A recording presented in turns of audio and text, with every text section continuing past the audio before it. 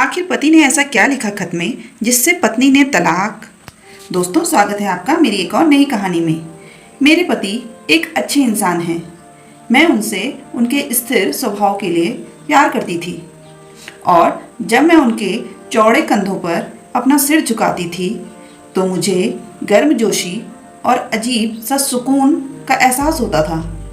2 साल प्रेमालाप और अब शादी के 3 साल बीतने के बाद मुझे यह स्वीकार करना होगा कि मैं इससे थक गई हूँ। मेरे पहले उसे प्यार करने के जो भी कारण थे अब वही मेरी सारी बेचैनी के कारण बन गए हैं। मैं एक भावुक महिला हूँ और जब रिश्ते और मेरी भावनाओं की बात आती है तो मैं बेहद संवेदनशील हूँ। मैं रोमांटिक पलों के लिए उसी तरह तरसती हूँ जैसे कैंडी के लिए तरस रही एक छोटी लड़की। मेरे पति मेरे बिल्कुल विपरीत हैं। उनकी संवेदनशीलता की कमी और हमारी शादी में रोमांटिक पलों को लाने में उनकी असमर्थता ने मुझे प्यार के विषय में निराश कर दिया है। एक दिन मैंने हिम्मत करके उन्हें अपने मन की बात बताने का फैसला किया कि मुझे अब तलाक चाहिए और मैंने आखिरकार उन्हें बताया। आखिर क्यों तुम ऐसा कह रही हो? चौंकते हुए उसने पूछा। मैं थक गई हूँ। दुनिया में हर चीज़ का कोई कारण नहीं होता, मैंने कहा। वह पूरी रात चुप रहा, हर समय हाथ में एक जलती हुई सिगरेट लिए गहरे विचारों में डूबा रहा।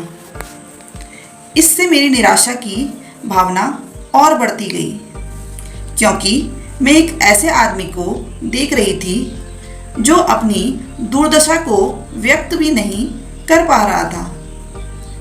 भला मैं उससे और क्या उम्मीद कर सकती। और अंत में उसने मुझसे कहा, मैं तुम्हारा मन बदलने के लिए क्या कर सकता हूँ? किसी ने सच ही कहा है कि किसी के व्यक्तित्व को बदलना मुश्किल है।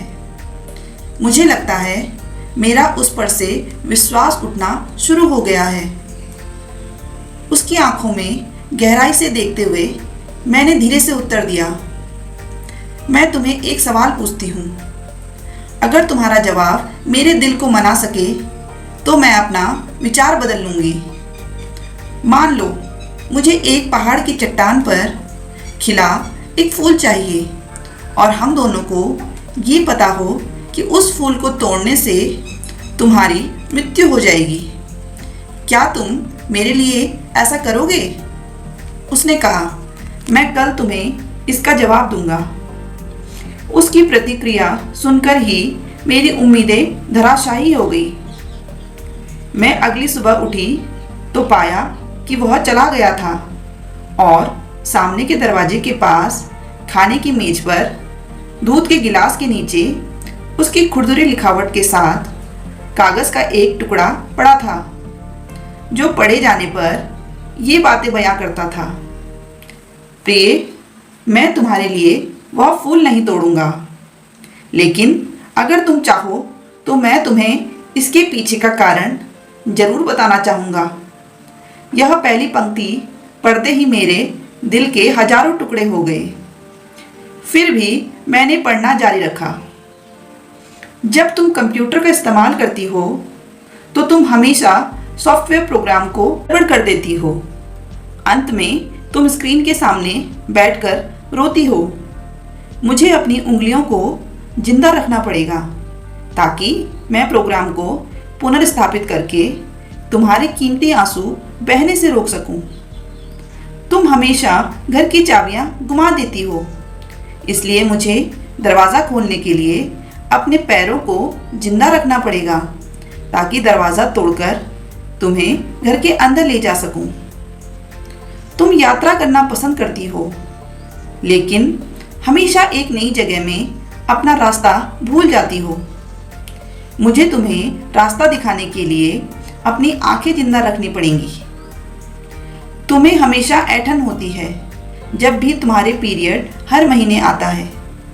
मुझे अपनी हथेलियों को जिंदा रखना है ताकि मैं तुम्हारी पेट की ऐंठन को शांत कर सकूं। तुम्हें घर के अंदर रहना पसंद है और मुझे पता है कि तुम अंतर्मुखी व्यक्ति हो। तुम्हारी बोरियत को दूर करने के लिए मुझे तुम्हें चुटकुले और कहानियां सुनाने के लिए अपने मुंह को जिंदा रखना है। तुम हमेशा कंप्यूटर और टीवी देखती हो और इससे तुम्हारी आंखों का भविष्य अच्छा नहीं होगा। मुझे अपनी आंखों को बचाना होगा ताकि जब हम बूढ़े हो जाएं तो मैं तुम्हारी आंखें बन सकूं, तुम्हारे सिर से सफ़ेद हो रहे बाल चुन सकूं, तुम्हारे नाखूनों को बिना तुम्हें चोट पहुंचाए काट सकूं। मैं भी समुद्र तट पर टहलते हुए तुम्हारा हाथ पकड़ना चाहता हूँ।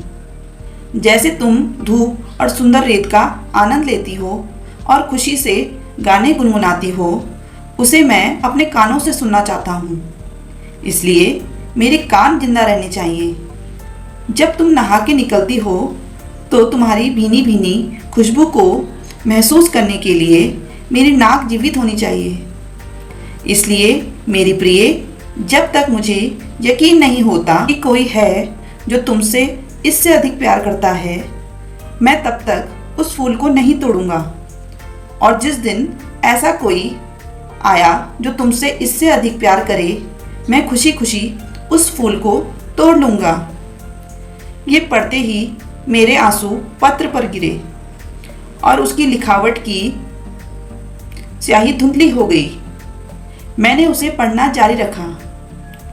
अब जब तुमने मेरा उत्तर पूरा पढ़ लिया है, अगर तुम संतुष्ट हो, अगर मैंने तुम्हारे दिल को मना लिया हो, तो कृपया सामने का दरवाज़ा खोलो, क्योंकि मैं बाहर खड़ा हूँ तुम्हारी पसंदीदा ब्रेड और ताज़ा दूध के साथ। मैं जल्दी से दरवाज़ा खोलने के लिए दौड़ी और उसके चिंतित चेहरे को अपने हाथों में कसकर पकड़ा और चूम लिया और उसकी बाहों में समा गई। अब मुझे पूरा यकीन हो गया कि कोई भी मुझसे उतना प्यार नहीं करेगा जितना वह करता है, और मैंने फूल को नहीं तोड़ने का फैसला किया। यही जीवन है और प्रेम है। जब कोई प्यार से घिरा होता है तो उत्तेजना की भावना दूर हो जाती है और वह उस सच्चे प्यार को नज़रअंदाज कर देता है जो शांति और निरस्ता के बीच में होता है। प्यार सभी रूपों में प्रकट होता है, यहाँ तक कि बहुत छोटे और सूक्ष्म रूपों में भी। इसका कभी एक मॉडल नहीं रहा है। यह सबसे नीरस और उबाऊ रूप में भी हो सकता है। फूल और रोमांस प्यार का हिस्सा हो सकते हैं, पर प्यार नहीं। दोस्तों, आज की ये कहानी आपको कैसी लगी हमें कमेंट में ज़रूर बताइएगा, और हमारे चैनल को ज़रूर सब्सक्राइब कीजिए और बेल आइकन भी दबा दीजिए, जिससे कि आपको लेटेस्ट वीडियोस के नोटिफिकेशन मिलते रहें। कहानी पूरी सुनने के लिए धन्यवाद।